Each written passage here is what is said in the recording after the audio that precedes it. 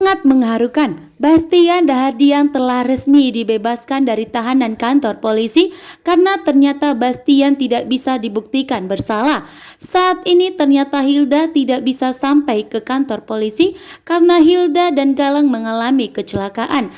Akibat Hilda yang menghayal bahwa dirinya akan ditahan di kantor polisi jika sampai di kantor polisi untuk bersaksi, sehingga ternyata ketahuanlah rencana licik dan jahatnya dari Galang dan Hilda, sehingga saat ini terjadi kecelakaan dan tidak jadi sampai ke kantor polisi. Sementara itu, Aksa dan Amira dihubungi pihak kepolisian memberitahukan bahwa Bastian Dahardian telah resmi bisa dibebaskan karena saat ini Bastian tidak bisa dinyatakan bersalah. Aksa Amira pun bergegas langsung ke kantor polisi untuk menjemput Bastian Dahardian.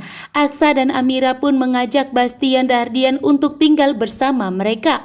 Bahkan di saat kantor polisi Bastian Dahardian dinyatakan bebas, Bastian dan Aksa langsung berpelukan, membuat Amira tentunya sangat bahagia bahwa pada akhirnya Amira berhasil menyatukan Aksa dan Pak Bastian Dahardian, seorang anak dan ayah yang selama ini terjadi keributan bahkan tidak pernah berdamai.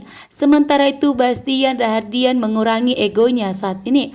Bahkan Bastian Dahardian memilih untuk mengalah karena memang Bastian tidak mempunyai tempat tinggal lagi, sehingga Bastian memilih untuk mengikuti keinginan dari Aksa dan tinggal bersama mereka di rumah Aksa dan Amira.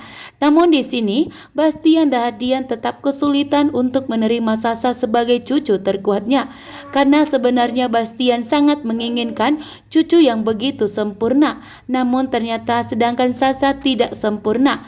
Namun Bastian Dahardian tidak mengetahui bahwa Aksa dan Amira mempunyai anak yang kembar, yaitu Dirga, sementara Dirga di tangannya Damar saat ini. Dan tentunya rahasia besar ini akan semakin terungkap setelah Bastian Dahardian mengetahuinya.